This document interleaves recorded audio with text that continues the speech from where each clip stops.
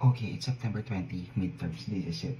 So, aasa tayo sa powers of mga pildoras. Baka makadagdag naman siya ng percentage sa ating brain functioning. So, Bacopa and Citicoline. At syempre, magkakalimutan. Dahil tayo ay taga-DPWH. Magpalitada. Para pakak, wala mong masagot. At least, ganda ka. So, magpapula tayo ng labi, ng slide. Moisturizer. Ubus ang ating oras. Mas harip na nagbabasa. For the last minute, ang inaatupag ay kaartihan. Tapos ito pa nga, hindi pa ako sure, may nag-aaya sa akin ng BGC mamay. May exam pa ako bukas. At yung exam na yun, hindi ko pa nare-review. Dahil ang plano ko, mamaya ako magre-review after my 10 to 12 na exam. Siyempre, copy-paste lang sa libro, definition of terms, and then Google AI yung aking shortcut method. So, one sec. So, wala naman na bago. Wala pa rin kami ng ating utak. Kaya, daanin sa pakapaling lang yung kilay, hindi yung knowledge. And here's our finished product. So, para for extra glisten, we have our, ano ba to? Serum, spray serum from the Alva with white truffles. Spritz lang.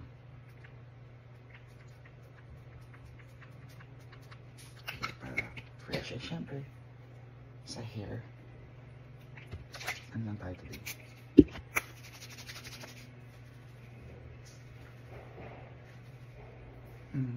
Casual lang tayo. So ngayon, ano pang kailangan kong gawin? Magdamit na ako. Casual lang tayo, shirt.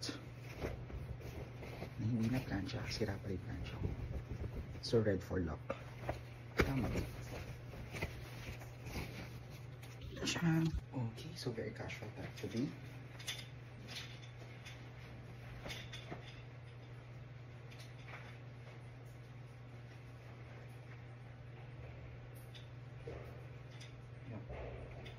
Good.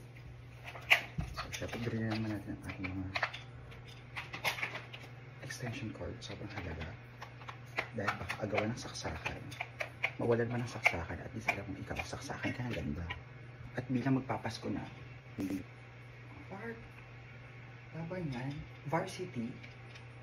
So, and I think, I'm ready to go. So, yun na. Bye. Okay, so Malikado check. This is day 1 of midterms exam before the midterms exam. So my first subject, NVI. Isa lang naman ako today. So tingnan natin kung ano mangyayari sa akin for the whole week until the 28th. So I'll keep you posted. Pakak ba? Kailangan ganun. Mapula ang labi, may glow, para mas ilaw yung proctor.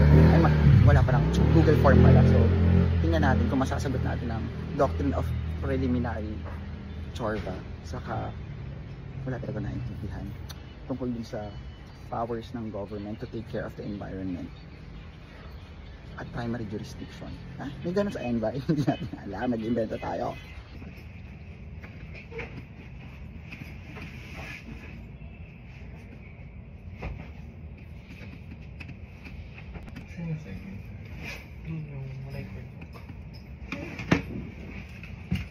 Okay, time to get ready for exam. DOCC. Kailangan mabango. Para kahit wala kang masagot, sabihin ni crush na, mabango naman. Ay, ano ang sasabi mo? 10. Okay, so totoo na to. Eto na. Punta na ako sa room namin. I have 45 minutes to make chika and review with the class. Kung gusto nila mag-review. May mga nagdagdag naman siguro mga 3% sa aking knowledge. So, confidence rate dito, since it's multiple choice, it's essay and ano pa ba yung isang exam? Nakalimutan ko. So, we'll give it like mga 68% confidence rate na may masasagot ako sa exam na to. O diba, naubos din yung oras ko kasi nireview ko yung kasamaan ko sa org sa persons dahil masaya ako na madaming natutunan sa persons. So yun lang. Bye! At nakuha pa talaga natin papula ng labi para pag nakita ni crush, ay, parang makopang sarap namang makipag-study session dito. Here's our outfit for the day. Very ano tayo. Sporty Kemble. Yung printing ko rin or hindi ko pa siya. Napagkamali na yung girls bathroom kasi na long hair. So this is me stressing outside the room kasi may nag-exam pa. 8 to 10. So hindi pala makakapwesto. Oo nga. Jump pack schedule. Kaya review dito sa labas. While the people are. And just like that, 50 minutes. Para pangalawa ko natapos. Gumana ang ating dasal. Gumana ang ating mga Miss Universe answer. It's multiple choice. True or false. So sa multiple choice, like 9. 9 ang sure ako. 8 or 9. Then sa true or false, maybe like 7, 8. But I have to check. And then sa essay, hindi ko man na-cite yung mga legal provisions, but I made sense. Like, kasi mga tanong would be, how would you argue if you're the counsel for the Kembular? Meron ako mga first, second, third, ganyan. Kinanaan natin ang mga hierarchy of constitutional rights, right to life, tapos self-executory, ano pa ba? Saka mga violation ng LGU, Business Code, Infrastructure Code, Clean Water Act, kasi mga pollution, piggery. So, laban. Confidence rate natin, I would say, I would give myself like bare minimum 82 to 87. Okay, celebration of success on first exam. If you don't eat your ice cream in Monay, unahin natin dessert. At dalawang rice ako today.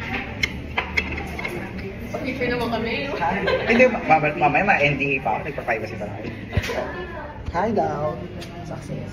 So, ito yung ano namin, Golden Boy. Ang ating barbell. So, unahin natin dessert. Envy, tapos na. Ganda lang. Pasado yun. May pasobra pa. So, I'm here sa JD's and I'm gonna try the Kansi beef. Parang first time ko ito try. Wala siya ibang gulay kundi yun na.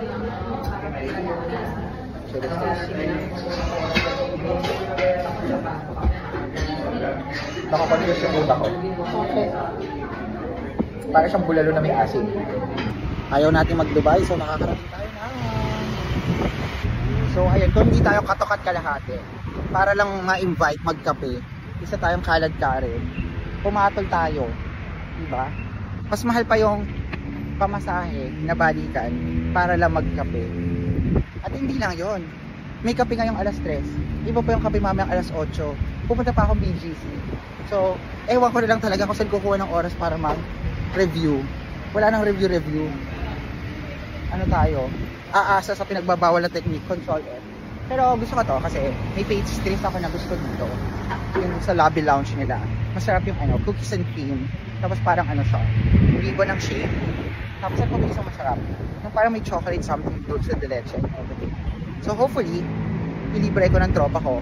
Kasi mahal ang aking oras. Lalo na ngayong midterms, pinagpapalit ko ang jiwa ko para sa friendship time. So, yun lang, huwag tularan.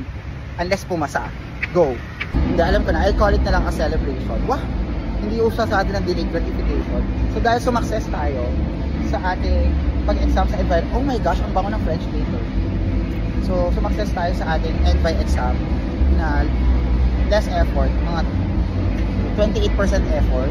Ang yield natin ay 75 to 82% based on my checking. 30 items. 30 items, feeling ko 7 yung mali ko. Tapos sa essay na 40 points, pinakamababa ko, I would give myself like maybe at 32. So ay, ang yabang, nag-check mag-isa. So based on the rubrics, yes, deserve natin to na magpalibre. Pero napapagod ako, like, inaantok talaga ako. Maaga akong gumising kanina. Oh my gosh, the wrinkles and all. So dapat, masaya. And here we are gallivanting because there's Oktoberfest. Welcome to Okada!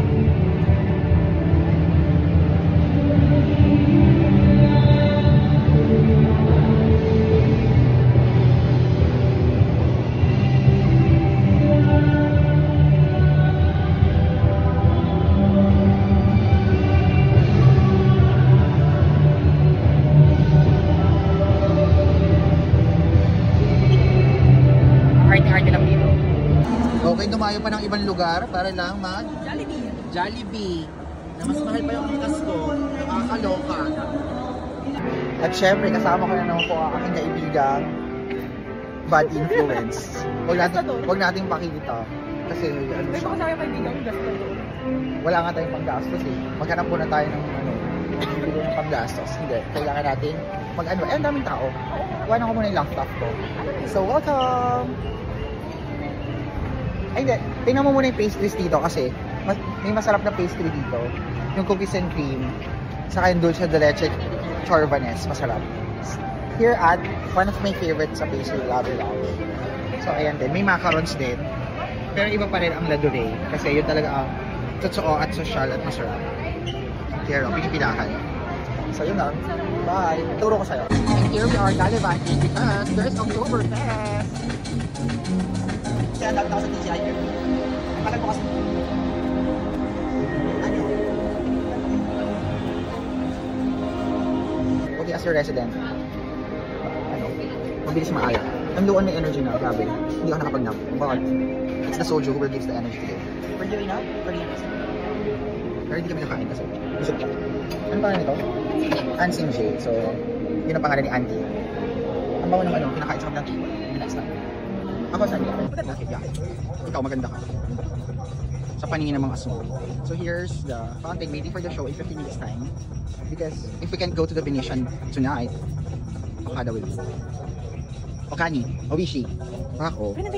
Oo, Watusi. So first round, dahil makulit ang kaibigan ko.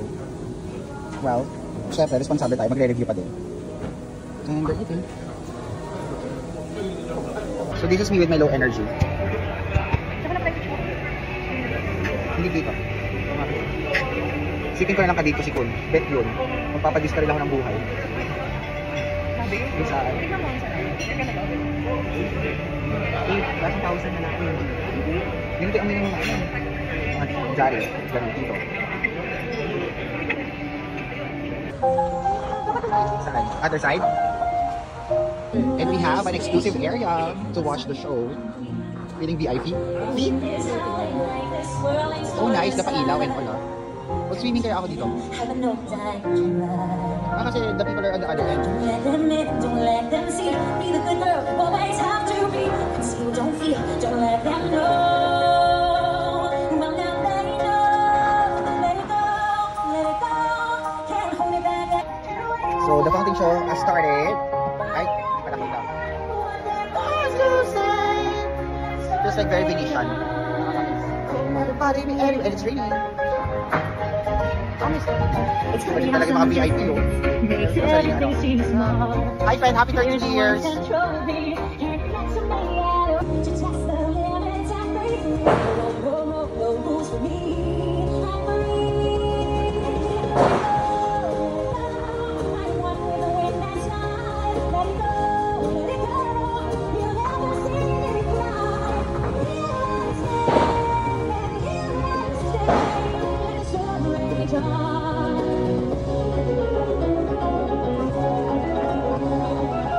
So you know, it's legit when it's really the Koreans who are dining here.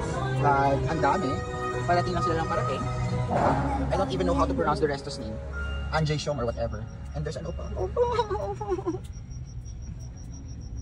So, super nice. Ano sinasabi mo? Ba't ako siya ko? Gusto mo iuwi? Hindi. I mean, kasi ubusin na natin. O sige, go. Pero hindi ko sure kung ano. Bala ka mapupuno. Oo, mapupuno siya. Ba't walang Yakult, Char? Actually, kahapon ang ininom namin. Mojito. Nilagyan ko ng Yakult. Nagmojito din ako kahapon. So, alcoholic tayo, ganun.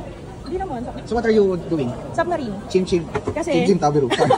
Gagana sa Korea tayo. Ano naman tao dyan? Submarine nga. Oo nga, pero may Korean term. Term? For that. Eh kasi Ken siya na. Sila upa kasi kayo. Anong bill na rin? O, bill out ako. May pupuntahan pa kami next. My gosh, cancel na yung BGC. Ay, hindi ko pa rin nasabihan ng friend ko. Hindi na ako BGC. Time check 1:39, kakaalis lang namin ng bar. At nag-aaya pa yung kaibigan ko mag-Paris. My gosh, hindi ko na lang talaga alam kung anong gagawin ko bukas. Pag hindi multiple choice at hindi true or false, okay na tayo sa 68. Babawi na lang sa finals. It's okay. So, where's that? Paris Point is what? In Makati. So, magpa-Paris pa kami. So, being a supportive friend, kasama naman ako dahil nga, I'm so weak and all. Okay. Okay, at di tayo mapapigil. 152, oh my gosh. We're here at Paris Point. Hindi ko alam kung saan to. First time here. Because it's Paris. And I can't resist Paris. Like, kailangan kumain. Okay, so welcome to Paris Point. somewhere in, basta in Manila, I don't know. Feeling ko Makati to. So like this is like the food. So pinalilipat kami, dun daw kami sa aircon para mas maraming tao, para mas masaya. Pero grabe, oh my gosh, wala. Yung 50 pages ko, 20 pages pa lang nare-review ko. Okay, tingnan natin ang meron sa loob. Open sesame. Ay, pinagsaraduhan kami, char.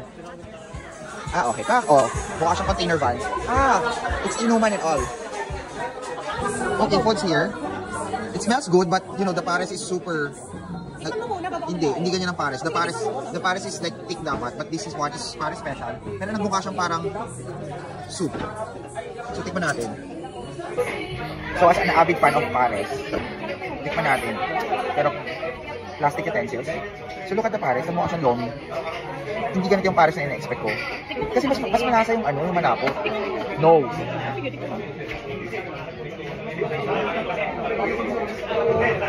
Kulang sa ano. Kulang sa lasa. Naging ano nga siya, soup. Hindi siya yung pares talaga ng matamis, ng malapot. Ayun ang pares eh. So no, it's a no for me. Pero for the laman of chan, okay na din. Pero not what my brain thinks what a pares should be or what a pares should like, its taste. Naging para talaga siyang without the noodles. So it's not bagay with rice and all. Yes, sukle. Thank you. Pero for the price, hindi okay na ako. Kahit naman ako okay na ako. This is 170. This is very special kasi with the egg and with all what's ever happening. Parang alam ko, order pa ako ng tokwa. Iba pa rin yung pares sa kilo. Eh, doon kita inangaya eh.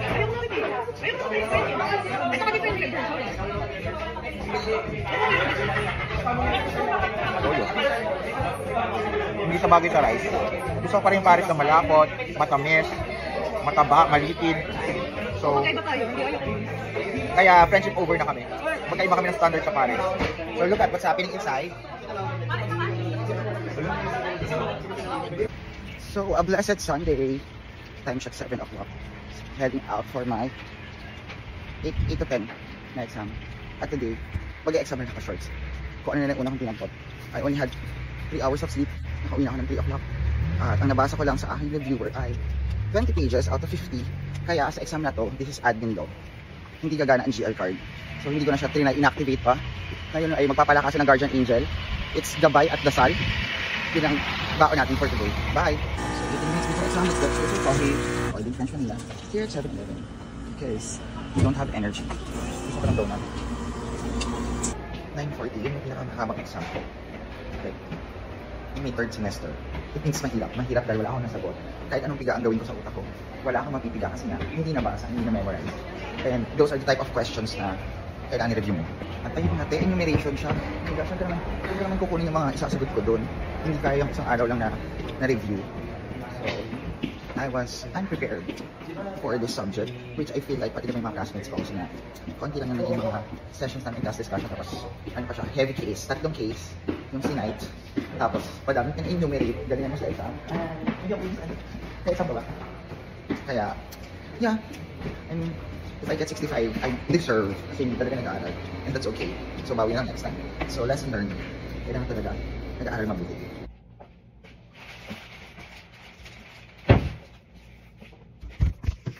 So, masaya na naman ako kasi wala pasok bukas because of the bagyo. Nag-suspend na pa yung kanya. And I'm planning to go na naman sa probinsya.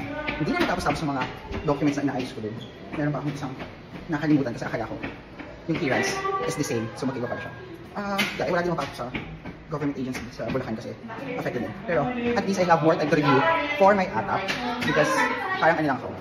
The reviewer that I'm making is parang nasa ano pa siya. 68 to 80% completeness, accuracy, efficiency. So I'll make more time. But I'm planning now to review my theme kasi yun as in totally wala pa ulit ako dong readings. Although, naiintindihan ko yung concept pero dahil nga verbatim siya, keywords, that's how the prof will check it. Sabi din naman niya.